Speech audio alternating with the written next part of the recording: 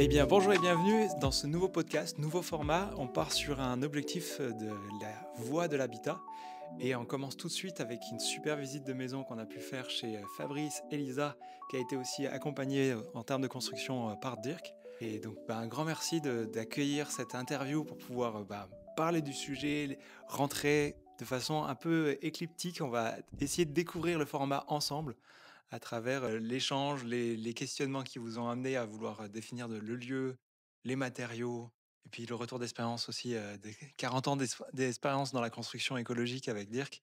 Donc un vrai plaisir de pouvoir échanger avec vous. Est-ce que vous pouvez vous présenter un petit peu en une petite minute chacun, Fabrice, non, l'honneur aux dames, Oh, Elisa. OK, bon, en termes de Euh, présentation, oui, dis-moi. qu'est-ce qui fait que tu t'en es arrivé à de l'habitat? À vouloir vivre chez toi et est-ce qu'il y a un univers professionnel qui est en lien? D'accord, Est-ce que tu as des enfants? d'accord, OK. Bon, Voilà. ben, moi, c'est Elisa, je suis d'origine espagnole, catalane et je rencontrais Fabrice, pendant le temps où moi j'habitais à l'étranger. Je travaillais dans le cadre humanitaire, et on a décidé pendant notre dernière expérience, quand on habitait au Cameroun, qu'on avait envie d'avoir notre lieu. Parce que pendant notre parcours, c'était toujours en location, des maisons en location. On avait envie de faire un lieu pour nous et de s'installer et aussi d'être dans une ambiance on peut se sentir un peu en nature, Libellule qui comme se la promène. libellule qui arrive. Et on avait envie de trouver notre... Et c'est pour ça qu'on a décidé d'aller se promener dans plusieurs endroits. On a voyagé en camping-car avec nos enfants. On a deux enfants de 10 et 6 ans, Nora et Lucas. Et on a vadrouillé un peu pour trouver notre lieu. On avait une grosse liste de critères d'endroits pour aller trouver. Mais petit à petit, on a réduit à ça qu'on voyait le plus important. Et c'était une vue dégagée qui nous permet nous projeter dans le futur et une dynamique sociale sympa et accueillante. Et ça, c'est la vallée qu'on a trouvée, donc on est vraiment content. Magnifique. Inscrivez-vous sur le groupe Telegram de Au Vivant sur t.me/Au Vivant pour recevoir l'ensemble des actualités. Comme a dit Elisa, on a habité à l'étranger pendant de nombreuses années. Donc, à chaque fois, on était en location. Donc, on changeait de maison. Donc, on a eu beaucoup de maisons différentes. Enfin, on a habité beaucoup de maisons et d'appartements différents. Et à chaque fois, on les adaptait un peu à notre sauce. Bon, dans la mesure du possible, parce qu'en tant que locataire, on peut pas faire des, des gros travaux. Mais petit à petit, on a commencé à savoir ce qui nous plaisait vraiment et ce qui nous plaisait pas dans les habitats. Et c'est comme ça que on se faisait des notes mentales de dire, bon, ben, quand on aura notre maison, on aimerait ça. Quand on aura notre maison, on aimerait ça. Et finalement, ce moment est arrivé où on a dû faire on a eu la chance de faire la conception de notre maison. Donc, on a essayé de rassembler tout ça. Et c'est ce qu'on est en train de faire là. On est dans le chantier ici. On espère pouvoir aménager d'ici 5 mois environ. Donc, on est dans le département de l'Aude, donc dans le sud de la France, est de Toulouse, environ 40 minutes au sud de Carcassonne. Donc, vraiment dans le piémont des Pyrénées. On a une belle vue sur les Pyrénées. On est proche de l'Espagne aussi. Donc, c'est intéressant pour nous qui avons de la famille là-bas. Une super région, une région quand même chaude, hein, c'est le sud de la France. Donc, on a aussi, voilà, dans la conception de la maison, on pense évidemment, quand on pense isolation, on pense souvent le froid l'hiver, etc. Mais nous, on essaye de se projeter surtout pour le confort d'été. Parce on pense que à l'avenir, le problème viendra plus de là plutôt que de l'hiver. Et donc, on essaye de faire vraiment une maison bien conçue pour les vagues de chaleur, pour l'été, pour que ça reste frais, qu'on puisse gérer même des vagues de chaleur sur plusieurs jours. Cet été, on en a eu une d'une dizaine de jours, hein, qui était au niveau national. Et on a pu voir les effets, parce que 2, 3 jours, c'est une chose, 10 jours, c'en est une autre. Là, par exemple, les vieilles maisons en pierre, on en parlait tout à l'heure. Pendant 3, 4 jours, on est protégé, entre guillemets, mais une fois que la chaleur a traversé le mur en pierre et que le mur est chaud, la température extérieure peut redescendre, mais là, la chaleur reste à l'intérieur pendant encore au moins une semaine.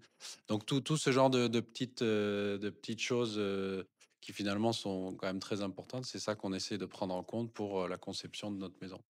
Merci beaucoup. Pierre, qu'est-ce que tu veux bien te présenter?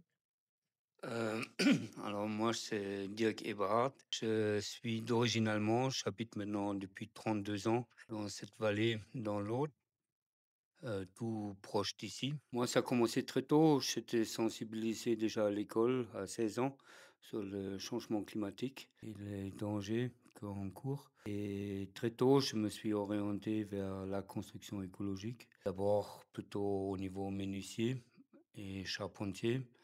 Et après, j'ai découvert la terre crue, la paille, les isolants biosourcés. Et je continue à me former toute ma vie sur les différents aspects au niveau maison bioclimatique, mais aussi tout ce qui va autour au niveau gestion d'eau, assainissement, énergie.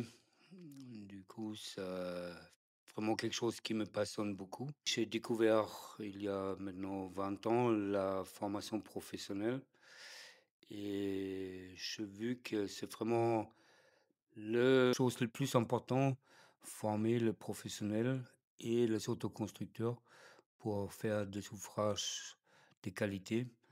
Parce que sans formation, on a du mal à arriver parce que on pense toujours, oui, naturel, c'est facile et il faut juste faire du bon sens, mais ça suffit pas.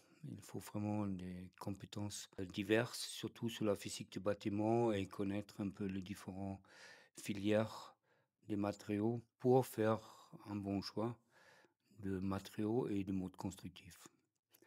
Du coup, je me suis très tôt engagé dans le réseau français de la construction paille, à partir de la création et après longtemps au conseil d'administration.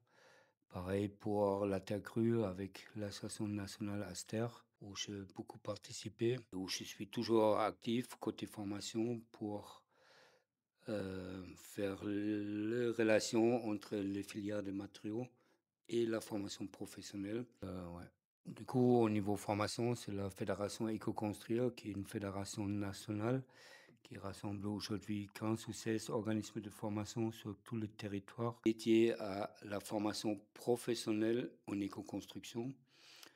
Du coup, là aussi, c'est un échange très riche. J'aime beaucoup la formation de formateur parce que c'est là où j'apprends le plus comme formateur. Et du coup, tout cet univers me passionne. Et en plus, je peux localement accompagner des autoconstructeurs qui veulent bien faire, mais qui sont pas toutes les compétences. Et ça aussi, c'est très satisfaisant parce que derrière, il y a vraiment des maisons de qualité très, très performantes qui sortent avec un budget quand même moindre qu'avec une maison conventionnelle ou une maison écologique faite par des artisans. Après, client est différent, chaque client a des besoins différents. Et du coup, il y a vraiment autoconstruction totale de A à Z, autoconstruction très partielle juste pour les finitions. Mais bon, tout est possible et tout est passionnant. Peut que te rejoindre parce que, ayant un petit centre de formation à former le particulier essentiellement et quelques professionnels, ça fait une complémentarité qui fait que ça fait enfin évoluer et avancer la mission de vouloir faire en sorte que l'habitat soit sain, écologique et autonome, quoi. Cool. Merci, je suis touché en fait d'être là avec vous parce que moi ça fait 18 ans que je m'amuse à vouloir faire en sorte que les gens se mettent à faire de l'habitat écologique et d'avoir voilà, quelqu'un qui est très engagé depuis très longtemps, hein, voilà, qui est une complémentarité totale. Et vous qui venez de découvrir un peu cet univers-là et que vous n'avez pas du monde du bâtiment et vous rentrez là à faire une autoconstruction, bon, superbement bien assisté, ça fait toute la différence. Quels sont un peu le défi ou qu'est-ce qui va faire que ça va être croustillant qui vont nous écouter aujourd'hui? Quel était le plus grand défi? Est-ce que c'était trouver le lieu? Est-ce que c'était faire le choix du mode constructif? Est-ce que vous voulez construire par exemple en paille porteuse? Vous voulez habiter dans une tiny? Ou au final c'était évident que ça soit euh, une ossature bois? Ou est-ce que vous vouliez avoir une maison catalogue? Ouf, ça a été un long cheminement. On est passé par beaucoup de phases différentes, effectivement. On a regardé des maisons catalogues. On s'est dit pourquoi pas. Il y en avait certaines. Au début, on était intéressé par la question un peu du design, de la conception, enfin des jolies maisons avec beaucoup de baies vitrées, etc., comme on vend sur les catalogues. On s'est dit, celles-là, elles sont sympas et tout ça. Et puis, quand on a commencé à se pencher sur les aspects un peu plus techniques, on s'est rendu compte que c'était pas forcément ce qu'on cherchait. On avait envie de mettre de mettre la main à la pâte aussi, même si, comme tu l'as dit, on n'est pas du métier. On s'est formé sur le sujet, donc on a suivi ta formation. C'est comme ça qu'on s'est rencontrés, la formation au vivant, qui pour nous a été vraiment nous a ouvert l'esprit. C'est pas du marketing, hein, c'est vrai. Et c'est comme ça qu'on s'est rencontrés, qu'on est devenu amis. C'est une formation qui vraiment touche tous les aspects liés à l'habitat, mais j'ai envie de dire presque avec un grand H, dans le sens où ça va même jusqu'à la réflexion en tant que famille, quels sont vos besoins, qu'est-ce que vous cherchez, etc. Jusqu'à des choses extrêmement pointues sur la VMC double flux de tel et tel type, comment la mettre. Donc ça c'est super. Et en fait, on a suivi les différentes étapes de la formation, et c'est ça qui, au fur et à mesure qu'on suivait la formation, on se disait non, mais en fait, ces maisons catalogues, c'est pas du tout pour nous. On va concevoir nous une maison. On a eu aussi la question de rénovation-construction, que je pense beaucoup de personnes se posent. Quand on a cherché le terrain, l'endroit où se poser, on s'était pas mis de critères stricts. Au début, on se disait, bon, on va voir ce qu'il y a de disponible. Donc, on cherchait à la fois des terrains constructibles et à la fois éventuellement des choses à rénover. Et ici, en fait, on a eu la chance de tomber sur un terrain qui avait la possibilité des deux. Parce que l'endroit où on se trouve actuellement, il y avait un ancien chalet en bois, mais très vieux, et qui avait été un peu mal conçu, du coup, qui est mal entretenu, du coup, qui était vraiment en ruine, on ne pouvait pas le récupérer. Et il y a une autre maison fin 18e ici à côté, une maison en pierre, qui ne demandait qu'à être rénovée et qu'à connaître une énième nouvelle vie. Et donc, on s'est dit, bah, là, c'est l'idéal, parce qu'on démolit le chalet, on peut construire neuf selon vraiment nos principes bioclimatiques, notre idée, notre conception de design, etc. Et en même temps, on va tester la rénovation, qui est un autre challenge, surtout sur des vieux bâtiments comme ça, avec des murs de 80 cm d'épaisseur, dont certains sont complètement partis en biais. Hum, voilà, c'est comme ça qu'on en est arrivé là, à avoir ces deux projets en un. Donc, c'est un sacré challenge. Bah, je voudrais rebondir sur cette idée de moment de choisir l'emplacement parce que c'est un moment difficile parce que tu veux te imaginer dans un endroit et tu sens la pression parce qu'il y a tellement de monde qui va derrière de cet endroit magnifique que tu viens de trouver et tu dois te positionner mais tu connais pas le lieu et il y a des critères que nous on cherche, comme je l'ai dit avant, hein, on cherchait une belle dynamique sociale dans le coin et ça, tu le sens pas le premier jour que tu arrives. Donc, si je peux conseiller les amis qui nous écoutent, de prendre le temps, de pas se stresser. Si c'est pas cet endroit, ça sera une autre et essayer de vivre l'endroit avant de s'installer parce que ça nous a aidé beaucoup à nous aussi d'être convaincus de c'est notre lieu. On a habité en location pendant 2 ans avant de commencer le chantier et ça nous donnait la force de continuer le chantier avec toutes les difficultés qu'il y avait parce qu'on disait c'est notre endroit, on l'a trouvé, on se sent bien et on continue. Et le fait d'avoir fait la formation, pour nous, que nous, on connaissait rien de tout au niveau de domaine de bâtiment, ça nous a outillés aussi pour avoir des discussions avec les professionnels. On en a discuté avec plusieurs archis pour nous accompagner. On avait un peu de billes pour discuter, pour sentir si cette personne-là, il allait nous comprendre ou pas. Et pareil pour les artisans. Et donc, c'est une belle expérience d'être au moins un peu formé sur ça. Ça que j'aime bien aussi de la formation, c'est que tu peux aller, comment dire, le niveau de détail que tu vas prendre de la formation, c'est à ton goût. Donc, s'il y a des sujets que vraiment ça t'intéresse, tu peux y aller vraiment pucer. Si c'est quelque chose que pour l'instant, tu sens pas le besoin pour ton projet, bah, tu fais un peu la surface et c'est suffisant. Et ça m'a donné un peu plus de légitimité pour avoir cette discussion avec mon partenaire de chantier, mais aussi avec les artisans et les archis. Donc, voilà. Merci de le dire parce qu'il y a beaucoup de femmes qui ont peur de ça dans le monde du bâtiment et se sentent comme jamais légitimes. Et d'avoir ce minimum de langage, d'avoir le vocabulaire Bah ouais. et de savoir que non, mais en fait, il est en train de me dire n'importe quoi Mm. ou il est en train de me faire la promotion d'un produit que je ne veux pas avoir dans ma maison parce que Mhm. tu sais ce qui va être positif ou pas. Ça fait toute la différence. Ma question était sur le défi. Mmh. Et vous êtes parti à exprimer la magie de la formation. Merci pour ça. Mais Sur le défi de... c'était quoi votre défi est-ce que c'était un choix? Donc il y avait trouver le défi de l'emplacement. Mais Mhm. pour revenir sur la partie de la structure, Mmh. pour avoir un peu un échange plus Ouais. sur peut-être sur les matériaux ou sur les systèmes, c'est souvent les gens ils se disent mais qu'est-ce que je dois utiliser comme produit? Donc là derrière nous on voit un mur en torchis, Ouais. on voit une fenêtre en bois, on a une ossature bois. Mm. C'est quoi l'isolant en général qu'il y a dans la maison par exemple? C'est grosso modo moitié paille, moitié ouate de cellulose, donc du papier journal recyclé. Le défi, en fait, nous, on savait quand même grosso modo qu'on voulait une maison bois. Le bois, on aime l'ambiance du bois, etc. Donc ça s'est fait assez naturellement parce que ici dans la région, il y a plusieurs entreprises constructeurs bois et très rapidement, on a rencontré la SCOP qui a fait l'ossature de notre maison, SCOP Copo, construction positive.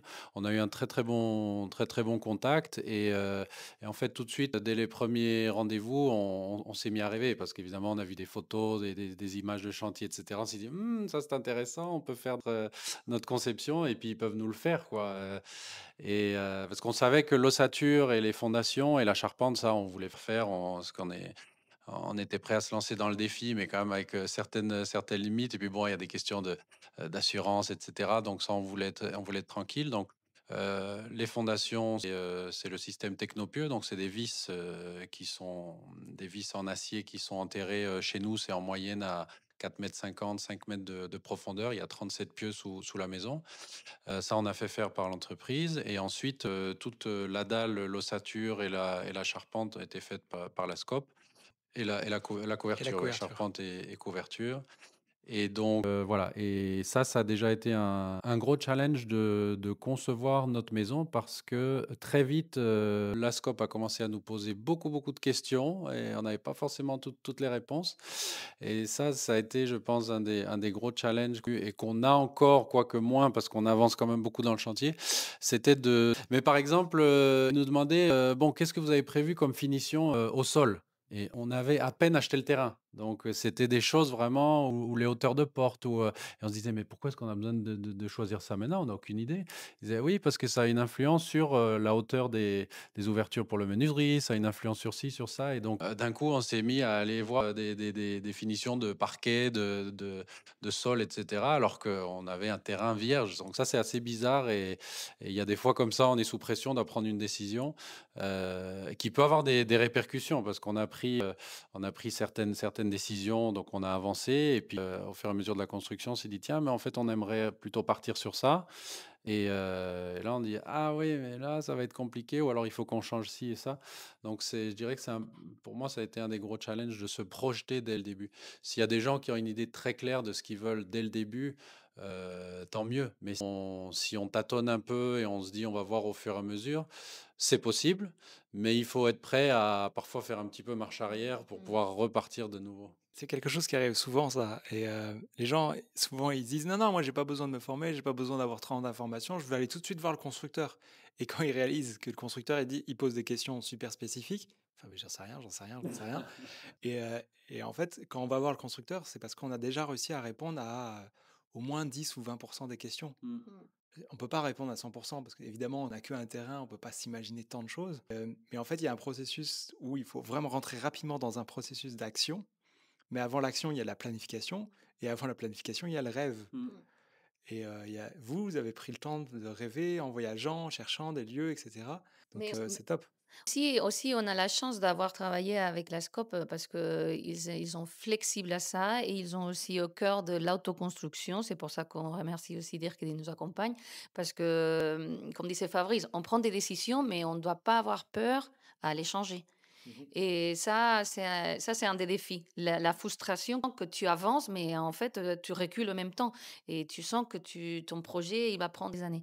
Et au moment de choisir le constructeur, c'est important de sentir si eux, ils sont prêts aussi à t'accompagner dans cette démarche de revenir, aller revenir. Parce que c'est des heures de travail à eux.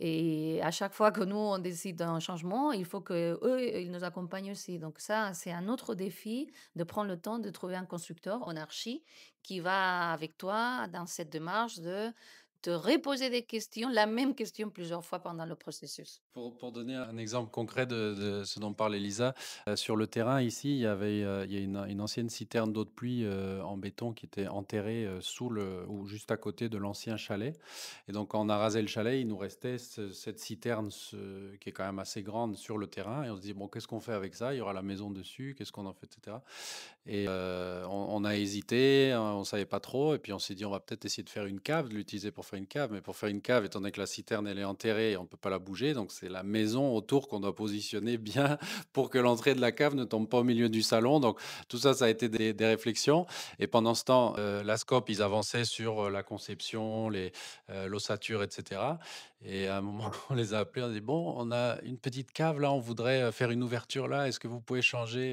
Parce que forcément la dalle, les poutres porteuses et cetera ont dû être modifiées. Enfin, c'est plein de choses comme ça qui, au fur et à mesure, on se rend compte de choses. On a des idées, on aurait dû les avoir plus tôt, évidemment, mais bon, c'est voilà, c'est pas, ça vient pas forcément comme ça.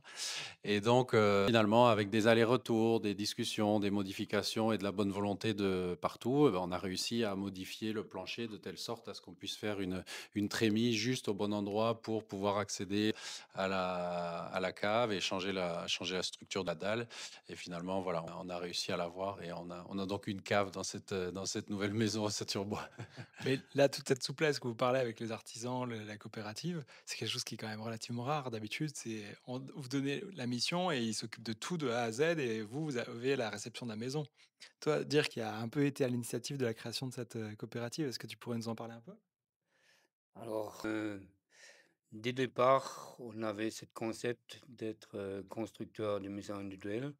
On fait aussi la rénovation, mais on a aussi créé tout de suite une activité formation et accompagnement des autoconstructeurs. Et c'est moi essentiellement qui fais l'accompagnement. Et c'est pas toujours évident parce que au niveau entreprise, au niveau assurantiel, on doit faire une étude structurelle avant de faire le devis. Après, c'est le devis. Une fois il est signé, normalement, le contrat, il est fixe. Et c'est toujours un peu embêtant s'il y a des changements à cette stade de chantier. Mais on a en tout cas le bon volonté, mais c'est pas toujours possible non plus. Parce qu'une fois les calculs au niveau structurel sont faits, c'est un peu difficile de changer certaines choses. Après, au niveau taille des ouvertures, petits détails comme ça, on peut encore changer. Souvent aussi, c'est le débord de toiture qui est décidé aux dernières minutes. Mais bon, on a un peu l'expérience, on prévoit un peu plus long et après, couper plus court, c'est toujours possible. Parce qu'il y a beaucoup de choses que le client, il va seulement une fois se matérialiser. Très difficile, même avec les 3D aujourd'hui, d'imaginer comment ça, le ressenti de tout ça. En France, c'est un peu compliqué parce que on est le seul pays en Europe qui n'a pas besoin d'architecte pour une maison individuelle jusqu'aux 150 mètres carrés. Et normalement, c'est un architecte qui, justement, c'est lui qui va coordonner tout et faire cette interface client-entreprise d'exécution. En France, grâce au lobby de constructeurs de maisons individuelles, ça n'existe pas. Et c'est un peu dommage parce que ça aide pas forcément pour la qualité de bâtiments qu'on a ici en France. On est bien d'accord parce que, en fait, avant que les gens ils achètent l'univers de la formation, on dit aux gens: «Non, non, vous n'avez pas besoin d'architecte, il y a pas de souci» et en fait, une fois que tu suis le processus de la formation, il y a quand même une promotion des architectes en disant: «Non, mais ils sont utiles quand même. Non, mais ils sont pratiques, puis ça vous permet de faire des économies de mètres carrés, puis ça vous permet d'aménager les volumes d'une certaine façon, puis de comprendre des éléments que vous ne pouviez pas imaginer parce que, bah, vous n'avez pas fait, 100, 200, 300 projets, des quantités de dessins». Mhm. Après, ça ne veut pas dire que tous les architectes comprennent le design bioclimatique. Et Mm. donc, il y a un grand retard à ce niveau-là. Donc, les quelques-uns qui ont cette compétence-là, voilà, il faut aller les voir eux parce que il faut les valoriser. C'est comme, entre guillemets, manger bio pour pouvoir valoriser l'agriculture biologique, pour pouvoir manger sainement. Mais c'est pas une mince affaire dans le monde de l'architecture. Pour revenir du coup un peu sur le projet, est-ce qu'il y a une spécificité un peu originale? Donc là, tu as parlé par exemple de la citerne sur l'ajustement. Mais est-ce que, il y a combien de pièces? Ou est-ce qu'il y a quelque chose un peu d'original ou est-ce qu'on est sur une maison standard? C'est quoi la surface, par exemple? Alors moi, je dirais le plus original, c'est il y avait une piscine et ils ont choisi d'abandonner la piscine pour faire une citerne avec. Ça, bravo, parce que c'est quand même beaucoup plus écologique d'avoir une citerne que d'avoir une piscine. Il n'y avait pas la place pour une piscine naturelle qui serait l'alternative. Oui, on a essayé de faire avec ce qu'on a trouvé sur le terrain, l'exemple de la citerne ici qui est en dessous de la maison et qui va devenir une cave. L'ancienne piscine qui de toute façon était trop grande, c'était une piscine qui avait été faite dans les années 80, à l'époque où il n'y avait pas de problème d'eau. Elle fait 2 mètres, plus de 2 mètres de profondeur, 15 mètres de long, enfin c'est immense. Et même si on avait voulu la garder en piscine, je veux dire au niveau de la quantité d'eau, des produits, etc. Bon bref, c'était pas raisonnable.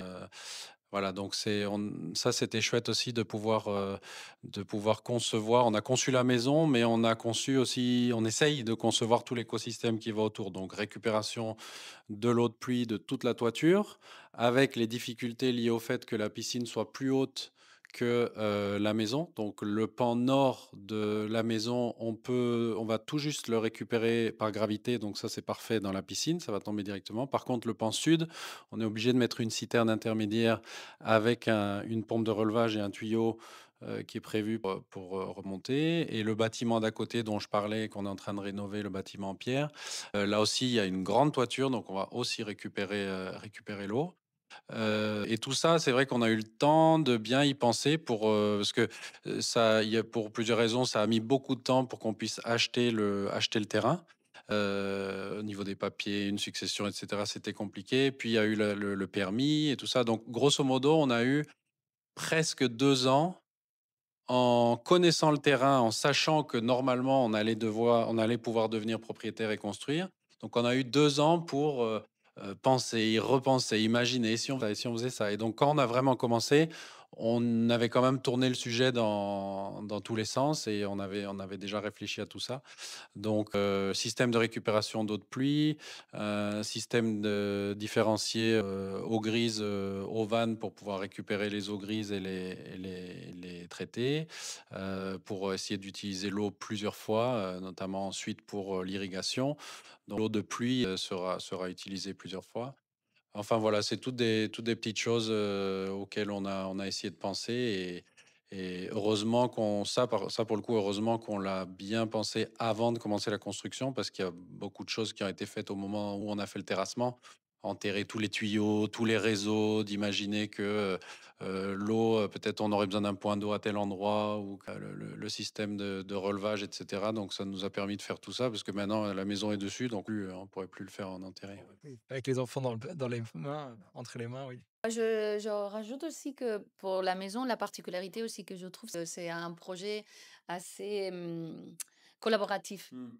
Parce que nous, on met nos forces, mais aussi on compte avec pas mal de copains et des artisans qui sont devenus après copains et qui nous aident et qui nous accompagnent, et aussi les ressources de terrain. Par exemple, le torchis qu'on a ici derrière, bah, c'est la terre de nos jardins. Et ça, on trouve ça magnifique. En tout cas, moi, je trouve magnifique. Avec nos enfants, on allait récupérer la terre, on a tamisé, on a fait le torchis, on a fait la moue. Bref, on a bien joué avec nos familles, nos amis qui ont aussi participé à cette partie de chantier. Et ça m'a fait penser aussi qu'il y a des moments où on se disait peut-être on pourrait organiser des chantiers participatifs. On a participé, nous, à des chantiers participatifs ailleurs pour voir Super. un peu, pour connaître la technique aussi et pour voir qu'est-ce que ça veut dire exactement un chantier participatif. Et c'est une image très bucolique qu'on a de chantier participatif, mais c'est pas évident de gérer. Et là, nous, on a utilisé un autre modèle de chantier participatif dans le sens qu'il y avait des amis qui viennent et nous, on pouvait accueillir les amis, mais avec un rythme un peu plus souple, on va dire, que organiser un chantier participatif, c'est organiser le chantier et organiser le groupe. Et ça, c'est pas toujours évident et cette option-là, on l'a pas utilisée. Mais par contre, on a bien profité de la bonne ambiance, de la bienveillance de nos copains, nos familles qui viennent nous aider. Et on a fait plusieurs chantier groupé, on va dire. Et on est très content. Et on imagine que dans un futur, quand on va habiter ici dans la maison, on pourrait dire, voilà, ces murs-là, c'était Sabrina, Émilie qui nous a aidés. Celle-là, c'était Baptiste, tu vois. Et ça fait un peu le cocon de nos projets, d'être entouré de nos chers amis et familles. Et il y a cette expression que j'aime beaucoup quand tu utilises la terre de ton terrain, c'est en fait tu habites ta terre. Mm. Vraiment. Parce que voilà, t'es enveloppé. On parlait un peu de l'architecte. Est-ce que vous voulez donner un mot un peu sur l'expérience que vous avez vécue avec l'architecte que vous avez contacté, vous, pour votre projet? Oui, donc notre architecte s'appelle Sandra Gimard. C'est une personne qu'on a rencontrée dans ta formation.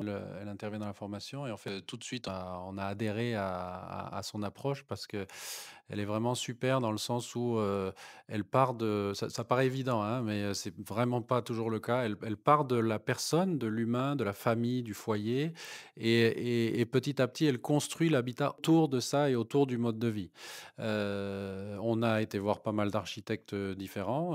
En fait, très très vite, on sent si le courant passe ou pas. Souvent, on arrivait avec nos idées et puis l'architecte, il nous écoutait 2 minutes et puis il parlait 45 minutes en disant je sais ce dont vous avez besoin, c'est ça, c'est ça. Et donc, on sortait de là très frustré.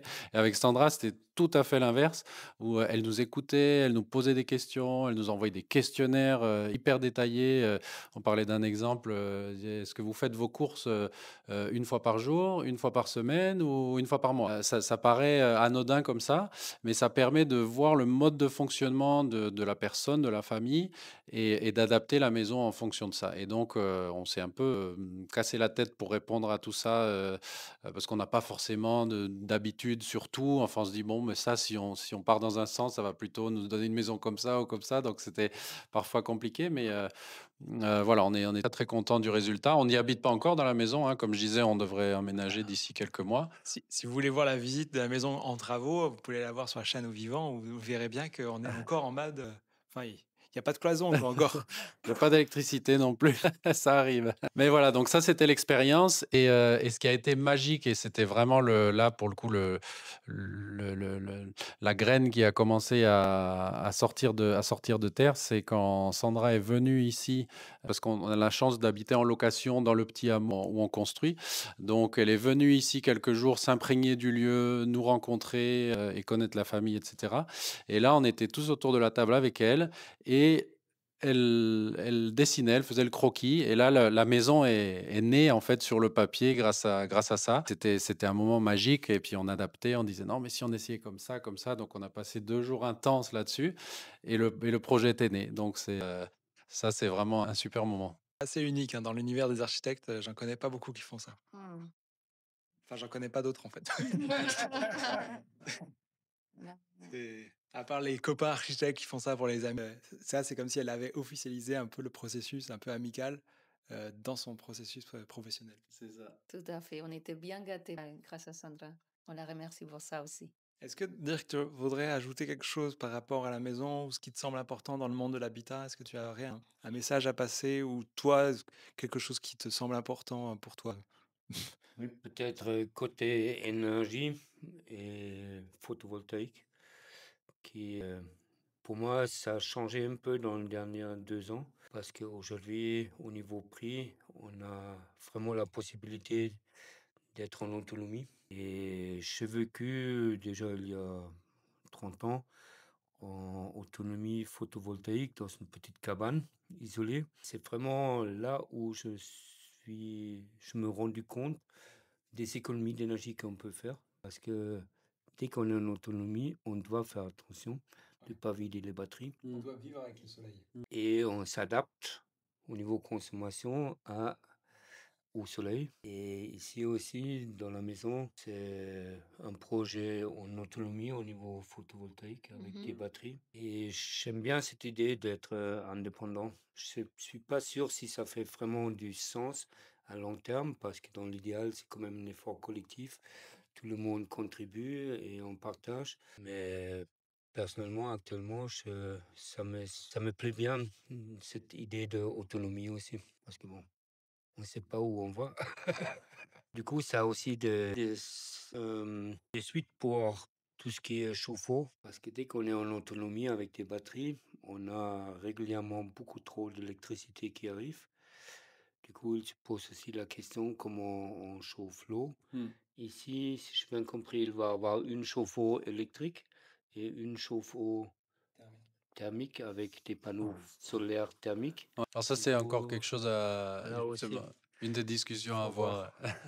avoir. Le chauffe-eau thermique, solaire thermique principal, celui-là, il est décidé. Déjà, on a installé les panneaux, etc. Mais là, on rentre dans les questions un peu plus techniques. Mais comme il y a 2 salles de bain dans la maison, Elles sont et proches ou elles sont... Ils sont à l'opposé. qui sont relativement éloignées, Ça multiplie par 2 les budgets.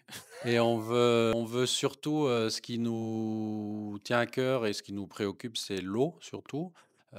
Donc on veut vraiment utiliser enfin gaspiller le moins d'eau possible, et donc, on veut éviter la situation typique où, dans la salle de bain, on ouvre l'eau chaude et on est obligé de laisser couler pendant 3 minutes avant que l'eau chaude arrive de l'autre côté de la maison. Donc on réfléchit à des systèmes de bouclage. C'est pour ça qu'on avait pensé à un petit chauffe-eau d'appoint instantané pour pouvoir éviter de gaspiller l'eau. Mais cette question-là n'est pas encore complètement Ouais, je réglée. peux peut-être t'aider à répondre à la question parce qu'un chauffe-eau d'appoint électrique, l'appel de puissance, c'est 3 fois la puissance d'une bouilloire.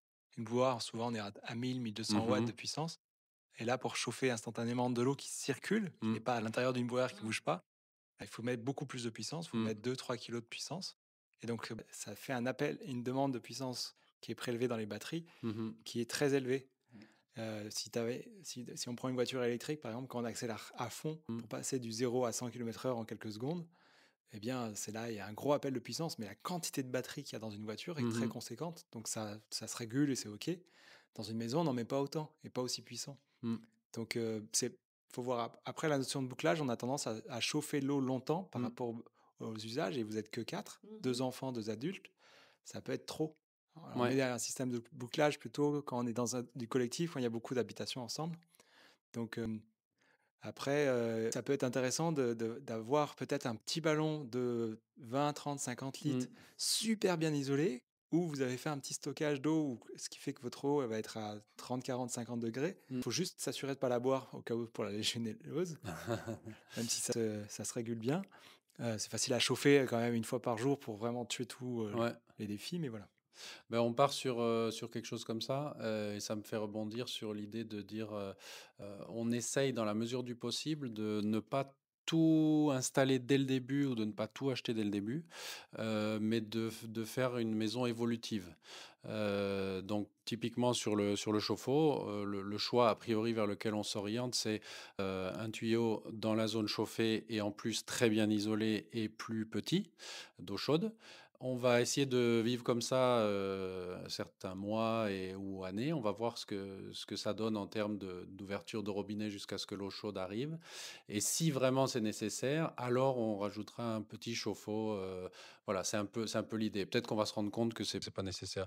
Donc dans la conception de la maison, on a essayé de faire ça aussi, que ce soit évolutif. Tout ce qu'on peut ne pas installer dès le début, mais voir à l'usage si c'est vraiment nécessaire ou pas, on le fait. Après, il y a des choses qui doivent être derrière les cloisons, qui doivent être intégrées dans la dalle, etc. Donc là, on n'a pas trop le choix.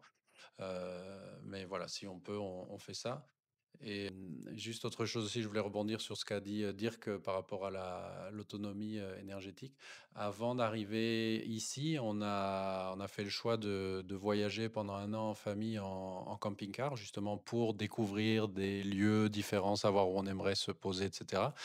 Et on a bricolé le camping-car. On était autonome en énergie avec un panneau, un inverseur, etc. Et ça paraît un peu idiot, mais ça nous a transformé aussi la manière de vivre et de voir, parce qu'on avait juste simplement un petit panneau et une batterie, mais on a très très bien vécu pendant un an. Alors oui, on n'avait pas de gros électroménagers, etc. Mais ça nous a permis, comme disait Dirk, d'adapter la consommation en fonction de l'ensoleillement, de la journée, etc. Et on ne s'est privé à aucun moment, on ne s'est senti privé ni quoi que ce soit. Et ça a un petit peu transformé notre manière d'approcher l'énergie dans la maison. Donc on va avoir une installation solaire et on va essayer, nous, de nous adapter à l'installation solaire et au soleil, pour pouvoir profiter le plus possible de cette énergie gratuite, même si bien sûr on sera connecté au réseau aussi. Parce que bon, il faut profiter aussi des bonnes choses qui existent et des réseaux publics, etc. Donc, on aura les deux. Mais l'idée, c'est de pouvoir nous rendre compte de ce qu'on consomme, pouvoir mieux utiliser l'énergie. Et puis d'avoir des batteries, quand on a un réseau, même quand il y a du nucléaire qui produit de l'énergie, il y a des moments où il y a trop d'énergie.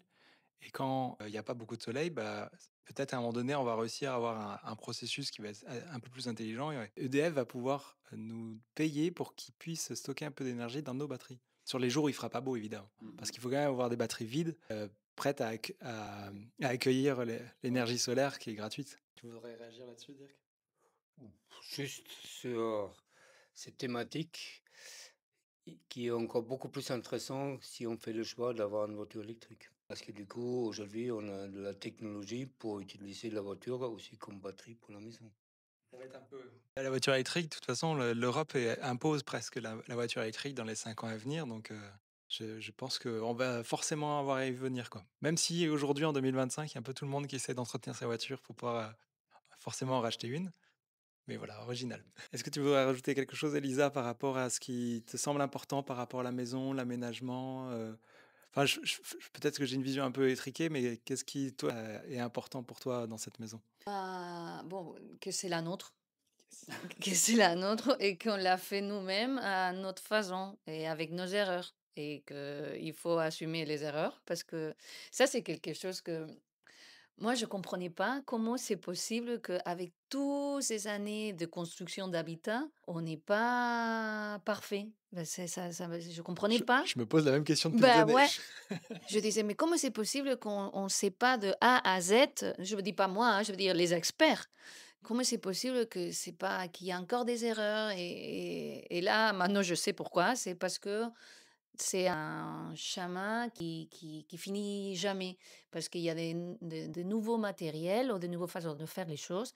Et aussi, on a des envies différentes des uns les autres. Donc, nous, qu'on pose des nouvelles questions de comment on peut faire, il faut être bienveillante avec nous-mêmes et de dire j'ai pris cette décision, mais je suis capable de la changer et je suis capable d'être flexible parce que sinon, on ne va pas y arriver. Donc, c'est pour ça que pour moi, c'est important cette maison parce que c'est nous qui on a décidé de la faire, mais encore une fois, accompagner des gens qui peuvent nous aider à prendre les bonnes décisions. Et pour les gens qui se lancent dans un projet pareil, euh, je voudrais partager qu'il y a des moments très difficiles parce qu'il y a beaucoup de sentiments de frustration, notamment pendant le processus de planification. Que c'est très important parce que tout ce que tu planifies aujourd'hui, c'est des travaux que tu vas pas le faire après. Tu vas pas devoir dépenser de l'énergie et de budget après. Mais Tu n'auras pendant pas ce le temps processus, de le voilà, faire aussi. il n'y a pas le temps. Mais pendant le processus de planification, tu vois pas la maison grandir. Tu vois pas le projet qui avance. Tu vois que des papiers et des réunions. Et c'est très frustrant. Et des devis. Bah ouais, mais maintenant tu vois, on a passé à une autre phase et on est vraiment content d'avoir dépensé cette énergie avant pour prendre des décisions. Et rebondir sur l'idée d'une maison évolutive, je pense que c'est important aussi de garder en tête que nous, en tant que personne, on évolue et nos besoins aussi, ça va évoluer. Donc il faut pas oublier pour l'après, comment tu vas te sentir dans ta maison d'ici 20 ans, quoi. Parce que, bon, on espère de rester ici longtemps et pas changer chaque 2 ans comme on le faisait avant. Donc, on a réfléchi pas mal aussi à ça et je trouve que c'est important. Ouais. Il y a beaucoup de sagesse dans ce que tu dis et avoir une maison qui soit évolutive avec qui on est, d'avoir à anticiper plein de choses, c'est majeur. Et quand tu parles des différentes phases, le fait qu'on est en train d'échanger, qu'on est en train de partager ici, il y a 4 phases dans un projet. Et donc, la quatrième phase, tu l'avais nommée hier. Est-ce que tu pourrais la partager, à quel point elle est importante? Donc, il y a le Qu'est-ce que rêve, la planification, le passage à l'action, et à la fin, La célébration. ah ouais, ça, c'est quelque chose de très important. et on est en train de le faire, en fait, en train Bah de ouais. partager tout ça là. Ah ouais, on est très content et on se l'a dit plusieurs fois, hein. À chaque étape, on se l'a dit. Le jour qu'on a signé le compromis pour acheter, c'était aussi la galère. Donc, on est très content d'avoir fait ça. Et à chaque étape qu'on en a planifié et qu'on en a commencé. Bon, comme disait Fabrice avant, hein, on avait un bâtiment ici qu'on a démoli. Ça, c'était aussi une grosse étape. Et donc, c'est important, c'est important. Et ça, c'est quelque chose qu'on a appris aussi de toi, Goulben, de prendre le temps de fêter chaque étape et c'est congratuler, on dit ça en Mmh. Oui. français, de se dire, allez les gars, on arrive, et pas perdre l'espoir, quoi, parce que c'est un challenge, mais c'est intéressant et c'est réconfortant aussi de savoir qu'on peut y arriver, quoi. Toujours avoir à célébrer, même si ça a été négatif ou positif, Mhm. de faire une célébration, parce que comme ça permet de conclure et de Mmh. fermer un cycle De pour passer pouvoir à autre redémarrer un chose. nouveau Ouais. cycle sur la phase de rêve. Et c'est fractal, donc tous les jours, tu vis des petits projets, et donc la phase de planification, tu l'as aussi tous les jours, mais quand tu es en phase action, comme là, à faire le Là. chantier, si tu n'as pas fait le plan, tu t'en sors pas. Mmh, Quand tu mmh. gères tes finances, si tu n'as pas planifié tes finances à l'avance, bah en fait, au moment où il faut sortir le budget, tu fais ah ben non, ben en fait je peux pas, j'ai pas les sous parce que tu l'as pas planifié. Et donc tu es confronté à des enjeux, donc il faut pas les louper toutes ces phases. Et la première phase, qui est la phase de rêve, elle est majeure parce qu'elle te permet d'aller justement observer les différents projets, identifier, Mmh. discuter avec des artisans, découvrir des matériaux, se rendre compte qu'est-ce que tu ne veux plus et ça, cette phase de rêve, ben, elle est compliquée parce que parfois elle s'entremêle avec des phases de célébration précédentes où il faut savoir célébrer que oui, mais la vie d'avant, elle est terminée. Mon passé, là, c'est terminé. Je dois Mmh. faire de nouveaux choix pour m'installer ici. Et ça s'entremêle un peu. Et quand on arrive à bien terminer plusieurs boucles, ben là, on peut vraiment démarrer un vrai nouveau projet. Bon, c'est très philosophique tout ça, mais Mais c'est réel aussi. En tout cas, il faut toujours célébrer Oui. à la fin. Ça, on retient. Et si dans la maison, tout est fait pour faire de jolies célébrations. Bah ouais, On va plein. Tient une liste de toutes les personnes qui, de près ou de loin, nous ont aidés, accompagnés à la maison. La liste est déjà longue comme le bras. Et on imagine le jour où on va faire la pendaison de crémaillère, on va inviter tout le monde pour venir célébrer. Et ça va être chouette. Pour pour ça, il y a la grande terrasse au sud C'est ça. et le fenêtre coulissante. la grande terrasse au sud et la fenêtre coulissante. Pour conclure, parce que ça y est, je pense qu'on a sur une bonne émission là pour une première émission. Quel serait un peu le mot de la fin, un peu de chacun? Moi, j'ai deux idées qui me viennent à l'esprit, choses qui nous ont été très utiles et qui nous sont très utiles. C'est durant toute la phase de rêve, même si c'est encore très, très intangible et ça peut être 10 ans à l'avance, de tenir un genre, nous, on appelait ça un cahier de tendance ou quelque chose comme ça, où dès qu'on avait une idée, dès qu'on voyait quelque chose de sympa, on se dit, ah, ça c'est chouette. Par exemple, on a été dans un endroit où de la cuisine, on avait vu sur le potager qui était juste en face. Et on trouvait ça magique, on trouvait ça super. Donc, on a noté cuisine avec vue sur le potager. Bon, bah, toutes petites idées comme ça. Et finalement, notre cahier a grossi. Et au moment où on a trouvé le lieu et on a commencé à faire la conception de notre maison, on a ressorti ça. Et on s'est replongé dedans. Et on était très content d'avoir toutes ces idées et d'essayer de les mettre en œuvre pour notre maison. Ça, c'est la première idée que je voulais partager. Et la deuxième, c'est un conseil pour les gens qui, comme nous, ne sont pas du métier, mais qui veulent se lancer. Essayez de vous faire accompagner. Alors, que ce soit des formations, etc., c'est sûr. Mais par exemple, bah, nous, on a la chance d'avoir Dirk qui nous accompagne, qui est proche d'ici et voilà, qui est avec une expérience incroyable. Parce que il y a les grandes questions, ossature, mode constructif, et cetera. Et après, il y a les millions de petites questions très spécifiques quand on est occupé à bricoler, à placer la fenêtre et ça, mais je dois le mettre comme ça ou je dois le mettre comme ça? Et là, c'est très pratique d'avoir quelqu'un comme Dirk, de dire: «Dirk, qu'est-ce que je dois faire? Qu'est-ce que tu en penses?» Sur YouTube, ça n'existe pas là. Ça. Voilà, c'est tellement spécifique et parfois on se retrouve démuni et finalement, il y a des fois on se dit: «Bon, c'est pas grave que ce soit, horizontal ou vertical, ça change rien» et en fait si, ça peut avoir une grande influence, après donc voilà, c'est essayer de trouver des gens, ouverts à ça qui peuvent, vous accompagner, vous motiver aussi, vous remotiver dans les moments de doute. Voilà, ce serait mon conseil. Bah, j'ai un conseil très pratique et bon, c'est de garder bien les comptes de la dépense que tu fais. Parce que, ouais, au début, tu te lances, il y a un gros budget, tu dis: «Ah ouais, on y va» Et non, il faut être attentif. Donc, ça, c'est ça comme on a fait. On a travaillé avec Sandra, notre archi aussi. Il nous a aidé beaucoup à ça, à bien planifier toutes les dépenses de tous les différents postes tout au long du projet. Et moi, je trouve que c'est important de aller vers cette fichier-là pas mal de fois pendant le chantier, de se dire est-ce qu'on est dans les clous ou pas. Parfois, on a de belles surprises parce que ça a devenu moins cher qu'on avait planifié, mais ça nous permet aussi de prendre cet argent. C'est pas toujours évident, hein, mais on avait planifié d'une façon que finalement, comme on a rajouté beaucoup d'autoconstruction, parce que ça aussi, c'était un choix qu'on a fait à mesure que le projet avançait. Hein. C'était pas prévu tout au début de faire autant d'autoconstruction. Donc là, on a économisé un peu, voilà, changé un peu des décisions, mais d'avoir un document qui te marque un peu là où tu es, parce qu'on a vu aussi que malheureusement, il y a beaucoup de chantiers qui peut pas aboutir parce que le budget il est épuisé avant d'y arriver à la fin. Et là, ça, c'est quelque chose qui nous faisait assez peur. Donc, on est assez cadré par rapport à ça et on encourage les gens d'être carrés avec ça pour aboutir à votre rêve. Moi, je dis courage pour mettre la main à la pâte et surtout utiliser la terre crue localement disponible parce que ça donne le bonne humeur, la bonne santé et aussi bien pour vous que pour la terre. C'était simple, mais je te remercie, j'avais tellement envie que tu le partages.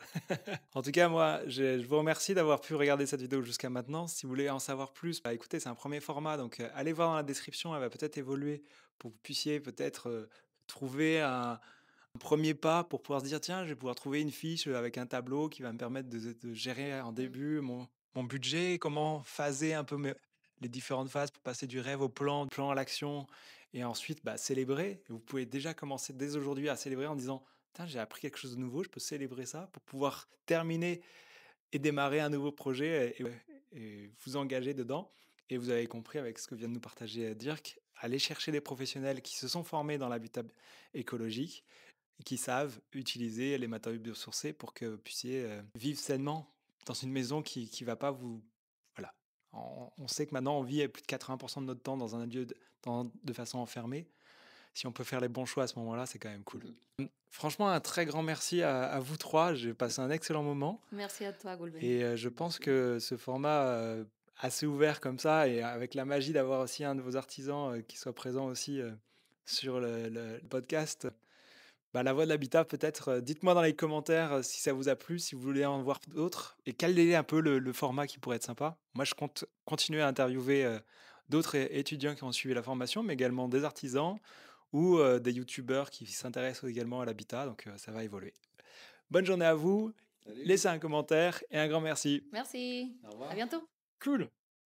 Alors, vous savez quoi? Je vais vérifier si ça a bien enregistré.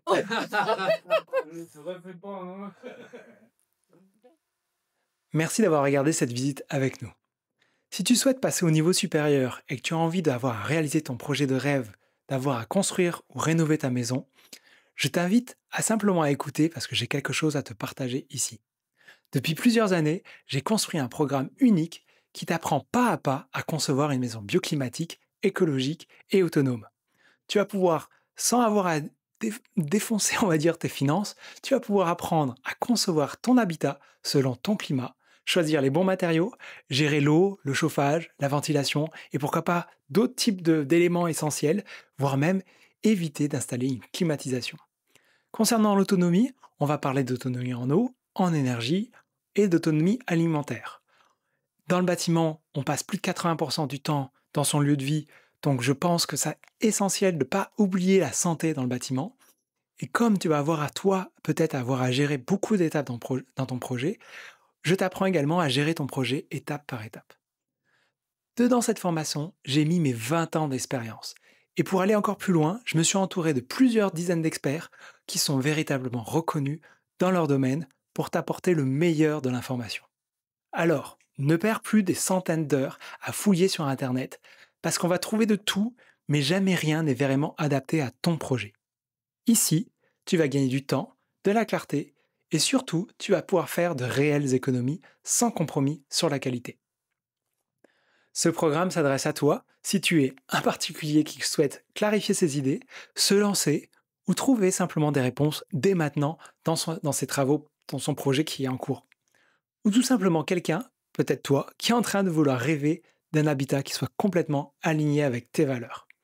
Alors que tu sois en recherche de terrain, en pleine conception ou en rénovation, tu vas pouvoir trouver ici un cadre clair pour avancer pas à pas.